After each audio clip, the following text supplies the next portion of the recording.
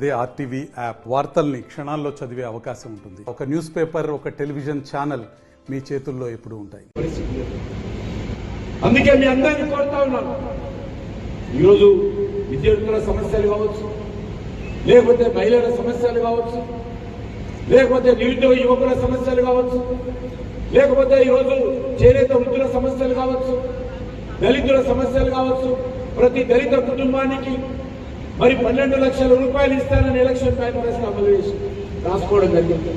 ఒక్క దళిత కుటుంబానికి కూడా ఈ రోజు వరకు 12 లక్షలు ఇవ్వలేదు. ఒక అమ్మాయి కూడా మోటార్ సైకిల్ ఇవ్వలేదు. కాలేజీకి వెళ్ళేటువంటి ప్రతి అమ్మాయికు స్కూటీ, మోటార్ సైకిల్ ఇస్తామని చెప్పారు, ఒక్కరికి కూడా ఇవ్వలేదు. ప్రతి మహిళకు 2500 ఇస్తానని చెప్పాడు రాహుల్ గాంధీ, ఒక్క మహిళ కూడా ఇంతవరకు ఇవ్వలేదు. ప్రతి నిరుద్యోగికి 4000 నిరుద్యోగం ఇస్తా అన్నాడు, ఒక్కరు కూడా ఇవ్వలేదు. ప్రతి కౌలు రైతుకు ఈరోజు 15,000 రూపాయలు ఎకరానికి ఇస్తానన్నాడు. ప్రతి ఒక్క రైతు అయితే కూలికి 12,000 ఇస్తానన్నాడు, ఒక్కరు కూడా ఇవ్వలేదు. ఈ రకంగా అనేక రకాలుగా ఆయన ఇచ్చినటువంటి గ్యారంటీలు, ఆయన ఇచ్చినటువంటి హామీలు, రాహుల్ గాంధీ, రేవంత్ రెడ్డి ఇచ్చినటువంటి హామీలు నీటి మీద రాతలుగా మారిపోయాయి. కాంగ్రెస్ పార్టీ చేయకూడదు, అరచేతిలో వైకుంఠం చూపిస్తున్నారు వీళ్ళు. అరచేతిలో రేవంత్ రెడ్డి మాటలు వింటే కోటలు దాటాయి, పనులు మాత్రము సచివాలయం దాటే పరిస్థితి లేదు. తిట్టుమంటే ఇష్టం వచ్చినట్టు తిడతాడు, పనులు ఏమంటే పేపర్ ప్రకటన చేస్తాడు, కానీ ఎవరికి రావు. నిన్న స్టేట్మెంట్ ఇచ్చారంట, ఏ ఊళ్ళోనైతే పేదలకు ఇల్లు ఇవ్వడో ఆ ఊళ్ళో సర్పంచ్ ఎలక్షన్స్ లో కాంగ్రెస్ పోటీ. చాలా సంతోషం, ఎందుకంటే వాళ్ళు ఇల్లు కట్టేది లేదు, సర్పంచ్ ఎలక్షన్స్ లో పోటీ చేసేది లేదు.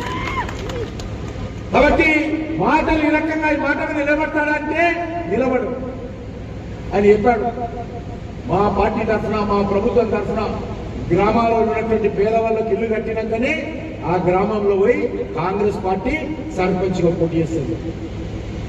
అంటే ఏళ్ల మీద లెక్క పెట్టుకోవచ్చు కాంగ్రెస్ పార్టీ ఎన్ని గ్రామాల్లో సర్పంచ్ పోటీ చేస్తుంది. కాబట్టి వాస్తవంగా ఈరోజు కాంగ్రెస్ పార్టీ ఈ రకంగా ఉంది.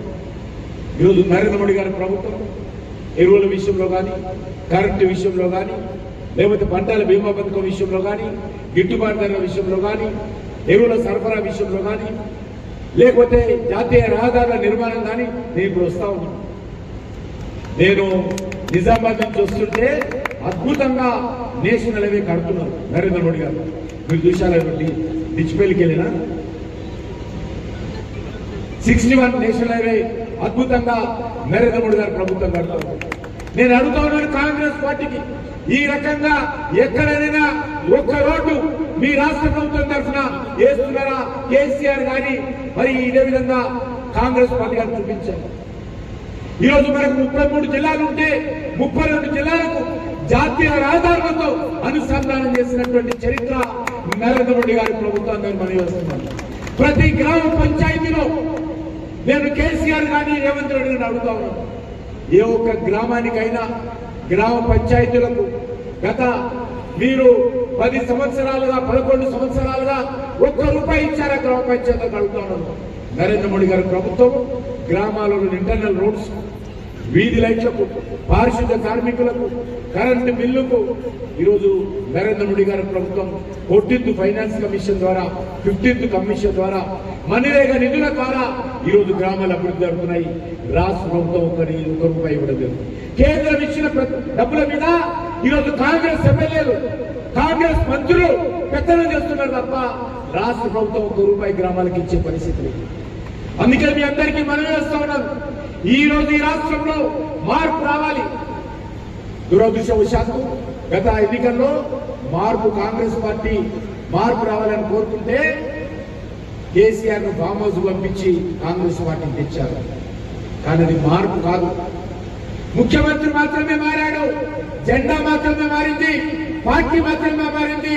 పరిపాలనలో మార్పు రాలే, వ్యవహారంలో మార్పు రాలే, దోపిడీలో మార్పు రాలే. ఈరోజు అందుకే ఈరోజు నిజమైనటువంటి మార్పు తెలంగాణ ఉద్యమకారులు, సకల జనుల సమ్మెలో పాల్గొన్నటువంటి తెలంగాణ సకల జనులు కోరుకున్నటువంటి మార్పు రేవంత్ రెడ్డితో రాలా, రాహుల్ గాంధీతో రాలా. అది రావాలి అంటే ఒక్క భారతీయ జనతా పార్టీ ద్వారానే సాధ్యము. భారతీయ జనతా పార్టీ ద్వారానే తెలంగాణ అమరవీరులు అయితే తెలంగాణ కోసం కొట్లాడి ప్రాణాలు అర్పించారో వాళ్ళ ఆకాంక్షలకు అనుగుణంగా నిజమైనటువంటి ప్రజాపాలన, తెలంగాణ పాలన, తెలంగాణ ప్రజల పాలన, నీతివంతమైనటువంటి పాలన, సమర్థవంతమైనటువంటి పాలన, అభివృద్ధితో కూడినటువంటి పాలన రావాలి అంటే మరిన్ని వీడియోస్ కోసం ఛానల్ ని సబ్స్క్రైబ్ చేయండి. లేటెస్ట్ అప్డేట్స్ కోసం వాట్సాప్ ఛానల్ ని ఫాలో చేయండి. అండ్ లింక్ డిస్క్రిప్షన్ లో ఉంది.